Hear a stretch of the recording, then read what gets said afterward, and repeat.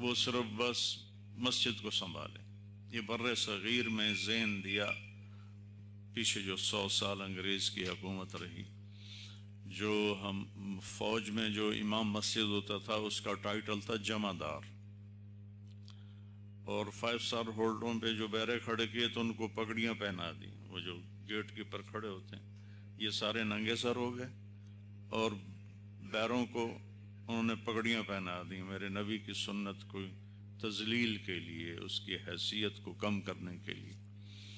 تو اللہ کے نبی نے تجارت کی. سبحان اللہ. حضرت خدیجہ سے بڑھ کر کون تاجر تھا؟ جو مکے کی سب سے مالدار خاتون تھیں اور دنیا انسانیت کی پہلی ہستی، نہ کوئی مردوں میں نہ کوئی عورتوں میں، پہلی ذات ہیں جن کو اللہ کی طرف سے جبریل آئے کہ یا رسول اللہ، اللہ خدیجہ کو سلام پیش کر رہے ہیں. وہ اتنی بڑی تجارت تھی. تو صحابہ کی زندگی پڑھیں تو پھر پتہ چلتا ہے کہ اسلام کی اصل شکل کیا ہے. تو میرے ذہن میں جب سے میں تبلیغ میں لگا، پھر اللہ نے مجھے، میرا بیک گراؤنڈ اچھا سیف ساؤنڈ تھا، تو جب 2000 میں نے مدرسے شروع کیے تو مجھے یہ زکوٰۃ مانگنا بہت تکلیف دیتا تھا. لیکن سارا ماحول ہے کہ ہم اہل مدارس زکوٰۃ پر ہی چلتے ہیں. میں اللہ سے مانگتا تھا، یا اللہ، دیکھو نا، ایک مثال دیتا ہوں. آپ کے پاس سزوکی گاڑی ہونا اور آپ کو پتہ چلے یہ پیٹرول پمپ کا تیل ٹھیک نہیں تو آپ آگے بڑھ جاتے، حالانکہ اس میں مٹی کا تیل ڈالو یا دوسرا ڈالو وہ چلی پڑے گی. تو ہم ایک چھوٹی سی گاڑی کو صحیح غذا دینے کے لیے 1 کلومیٹر آگے جا کے تیل ڈلواتے. اس کائنات کا افضل ترین وہ نوجوان ہے جو علم دین قرآن سیکھنے کے لیے نکلتا، وہ سب سے افضل انسان ہے. اس کے پیٹ میں ہم زکوٰۃ ڈال رہے ہیں. جو مال کی میل ہے، جو رزق کی میل نکلتی ہے نا، میل، وہ ہم ان کے پیٹ میں ڈالتے ہیں تو شخصیات کیسے پیدا ہوں گی. تو اب ایک جم غفیر ہر سال فارغ ہوتا ہے اور پانی میں نمک کی طرح گھل کے غائب ہو جاتا ہے، نہ ان کو کوئی نشان نظر آتا ہے. تو اللہ نے، میری ایک سوچ ہے، غلط بھی ہو سکتی ہے، لیکن بہرحال میں اس پہ بالکل میرا سینہ کھلا ہوا ہے کہ آپ سب سے کہتا ہوں اہل مدارس کو زکوٰۃ کی بجائے ہدیہ پیش کریں. میں علماء سے بھی کہتا ہوں، میں نے ہمت کی، آپ بھی ہمت کریں کہ ہم مدارس کو زکوٰۃ پہ نہیں چلائیں گے. زکوٰۃ غریبوں کا حق ہے، وہ ہم غریبوں کو دیں جو بے تحاشا ہیں، ختم ہی نہیں ہو رہے ہیں. اور مدارس کو جو مالدار لوگ ہیں وہ اصلی مال سے چلائیں، تو اس سے جو بچے پروان چڑھیں گے وہ بچے بڑے کھلے دماغ والے ہوں گے اور روشن علم والے ہوں گے. تو اس نظریے کی بنیاد پر اللہ تعالیٰ نے ہمارے دل میں ڈالا، اور اس میں چند دوستوں نے مل کر یہ کوشش کی ہے. اس سے کوئی، اس عمر میں نے پیسہ بنانے کا تو میں کیا کروں گا، ساری زندگی اللہ نے دیے رکھا.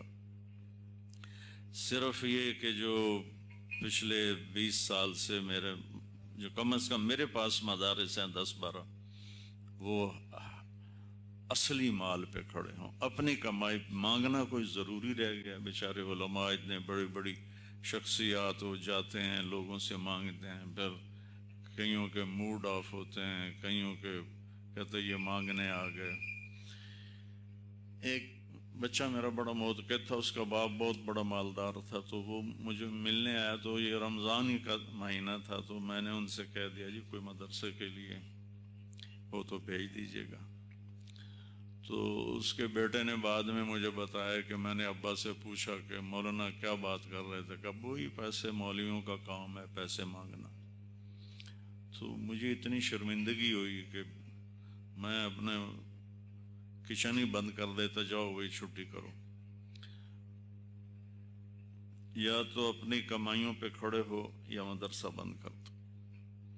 تو آپ سب سے کہتا ہوں کہ زکوٰۃ غریبوں کا حق، مدارس کو چلائیں. اصل مال کے ساتھ۔ اور اہل مدارس سے کہتا ہوں جتنے اصل مال سے چلتے ہیں اتنے طلبہ رکھیں، باقی فارغ کر دیں، تو پھر وہ دوبارہ اس میں شخصیات ابھریں گی اور پیدا ہوں گی۔ حضرت امام حسن علیہ السلام مسجد میں اپنے نانا کے ساتھ تھے، تو سامنے صدقے کی کھجوروں کا ڈھیر پڑا ہوا تھا، میں ایک کھجور اٹھائی اور منہ میں ڈال لی۔ معصوم بچہ ہے، 3-4 سال عمر ہے، تو آپ کی نظر پڑی تو آپ تیزی سے جھپٹے اور انگلی ان کے منہ میں ڈالی اور کھجور باہر نکال لی کہ بیٹا ہمارے پیٹ میں اہل بیت صدقہ نہیں جا سکتا۔ تو مال کا اثر پڑتا ہے، فرق ہوتا ہے اس کا۔ آپ باسی کھانا کھائیں تو طبیعت خراب نہیں ہوگی، جس روٹی کو فنگس لگ چکی ہو یا جس سالن کو فنگس لگ چکا ہو، اور وہ مائکرو ویو میں گرم کر کے کھا بھی لیں گے تو بعد میں تو پھر الٹیاں آئیں گی۔ تو روح کو ایک پاکیزہ غذا چاہیے، پاکیزہ ماحول چاہیے، پاکیزہ فضا چاہیے۔ اور میں مالدار سخی تاجروں سے کہتا ہوں کہ اللہ کے ساتھ پارٹنرشپ کر لو تو اللہ تمہارا رزق بڑھاتا جائے گا، بڑھاتا جائے گا، بڑھاتا جائے گا۔ بنی اسرائیل میں ایک شخص تھا بہت غریب، وہ کہنے لگا موسیٰ علیہ السلام سے کہ اللہ سے کہو میں بھوکوں فاقوں سے تنگ آ گیا ہوں، تو میرے مقدر کا رزق مجھے اکٹھا ہی دے، نہیں کوئی میرا بھی کچھ بھلا کرے۔ تو موسیٰ علیہ السلام نے طور پہ بات کی تو اللہ نے کہا موسیٰ اس کے لیے اتنا ہی لکھا ہوا ہے، اس کو ایسے ہی ملے گا تنگی وغیرہ۔ تو موسیٰ علیہ السلام نے آ کر کہا کہ اللہ کہہ رہے ہیں کہ تمہیں تو ایسا ہی ملے گا، تنگ دستی والا۔ کہنے لگا پھر ایک کام کرو، اپنے اللہ سے کہو میرے مقدر کا مجھے کٹھا دے دے۔ اس نے کہا تو پھر کیا کرو گے؟ کہا پھر آپ ویکھی جیسے میرے مقدر کا مجھے کٹھا دے دے۔ تو موسیٰ علیہ السلام نے اللہ سے بات کی، اللہ نے کہا چلو کر دیتے، تو اس کے پاس کافی سارا آ گیا۔ تو جب وہ دونوں میاں بیوی نے پیٹ بھر کے بچوں نے کھا لیا تو بیوی کہنے لگی اب اس کا کیا کریں؟ تو وہ کہنے لگا بی بی یہ تو موکی جاونا ہے، 4 دن بعد بھی موکے جاونا ہے، اپنے واسطے تو موت ہے، چل اپنے جائے غریباں نو تقسیم کری۔ پتہ نہیں تیرے میرے جیسے اور کتنے غریب تھے، چل آج ان کو بھی پیٹ بھر کے کھلائیں، سورا تقسیم کر۔ اس سے دگنا گھر میں پھر آ گیا، اپنا کھایا اور باقی پھر تقسیم کر دیا۔ پھر اللہ نے اس سے دگنا بھیج دیا تو پھر اپنا کھایا باقی سارا تقسیم کر دیا۔ کچھ دنوں کے بعد وہاں لنگر چل پڑے،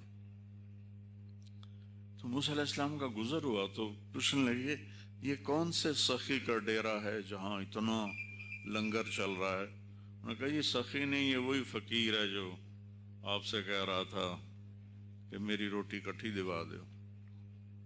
تو موسیٰ علیہ السلام نے اللہ تعالیٰ سے بات کی کہ یا اللہ یہ کیا ہوا؟ اس کو تو مقدر مل گیا تھا، اب آگے یہ کیسے ہو گیا؟ تو اللہ تعالیٰ نے فرمایا موسیٰ اصل میں بات یہ ہے کہ وہ میرے اوپر قرضہ چڑھا دیتا ہے روزانہ، اور جب وہ مجھے مقروض کرتا ہے تو مجھے قرض اتارنا پڑتا ہے، پھر میں 10 گنا کر کے اتارتا ہوں۔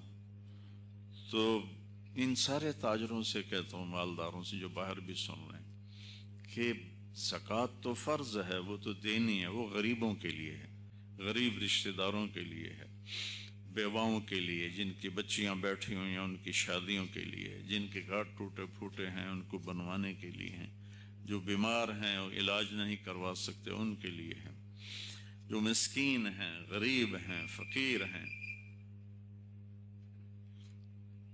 مدارس کو، مساجد کو حلال اور ہدیے کے پیسے سے چلاؤ، اللہ تمہیں اور دے گا۔ اللہ سے پارٹنرشپ کر لو، اللہ تمہیں اور بھی دے گا۔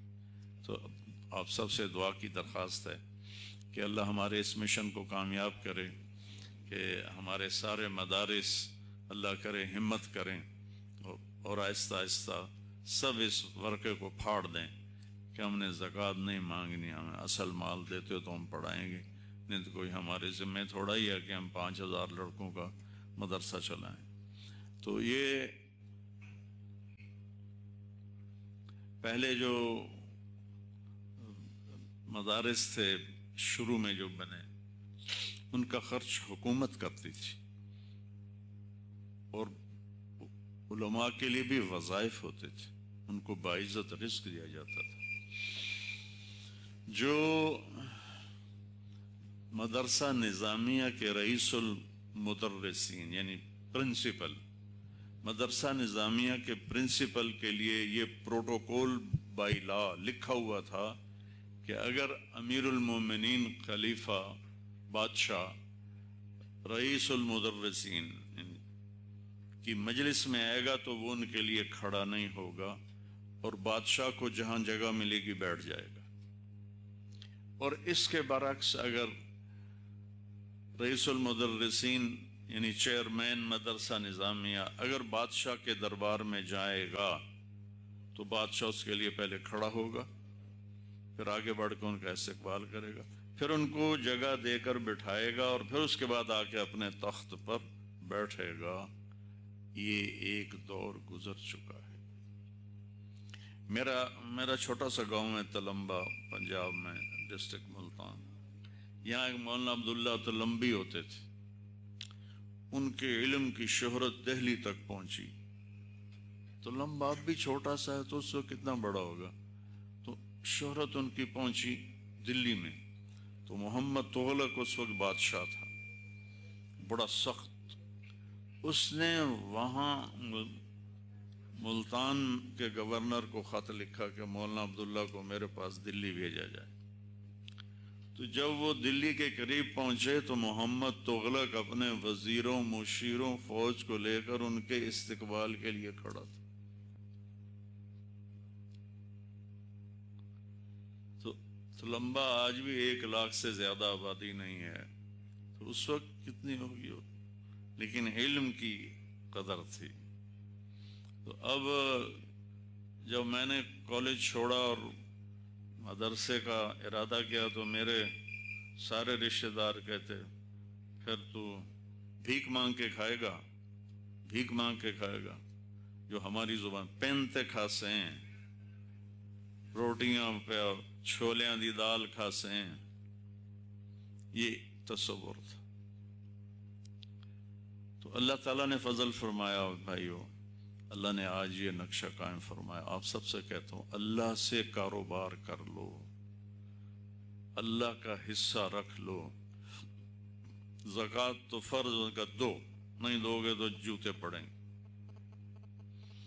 اوپر لگاؤ اللہ کے ساتھ، پھر اس کے دروازے کھلتے دیکھنا کہ وہ من حیث لا یحتسب، وہ کہاں کہاں سے رزق پہنچاتا ہے۔ تو دعا کر لیں۔ اللہم لک الحمد کما انت اہلہ، فصل علی محمد کما انت اہلہ، وفعل بنا ما انت اہلہ، انک اہل التقوی و اہل المغفرہ۔ اے شہنشاہ اولین و آخرین، تیری توفیق سے یہ سارا نقشہ قائم ہوا ہے۔ تیری عزت کی قسم ہم تو ایک دن کا بھی نہیں اٹھا سکتے تھے میرے مالک، ایک دھاگا بھی نہیں چلا سکتے تھے۔ یا اللہ، یہ جو کچھ کیا ہے تو نے کیا ہے، اپنی قدرت سے کیا ہے۔ یا اللہ، ہم حیران بھی ہیں، شکر گزار بھی ہیں۔ یا اللہ، ہم تجھے گواہ بناتے ہیں، ہمارا کسی سے کوئی مقابلہ نہیں ہے، ہم نے صرف تیرے دین کی خاطر یہ قدم اٹھایا ہے۔ ہماری نیتوں کو خالص فرما دے۔ یا اللہ، اس شکل کو قبول فرما لے، اسے روزگار کے پھیلنے کا ذریعہ بنا دے، اس کو یا اللہ بہترین تجارت کا مرکز بنا دے، بہترین تجارت کا نمونہ بنا دے، اور جتنے دوست اس میں محنت کاوش کر رہے ہیں انہیں ان کی نسلوں کو آباد فرما، شاداب فرما، سرسبز فرما، کبھی ان پہ خزاں نہ آئے، کبھی ان پہ مصیبت نہ آئے، تنگی نہ آئے۔ یہ جتنے حاضرین شریک ہیں ان سب کی دنیا بھی اچھی فرما، آخرت بھی اچھی فرما۔ یا اللہ، آخر میں ہم منت کرتے ہیں، جو وبا تیری طرف سے آئی ہوئی ہے، تیری ناراضگی ہے، یا اللہ ہمارے اوپر سے اسے ہٹا دے۔ یا اللہ ہمارے اوپر سے اسے ہٹا دے۔ پوری دنیا کی طاقتیں بے بس ہو چکی ہیں، تو کرم فرما دے۔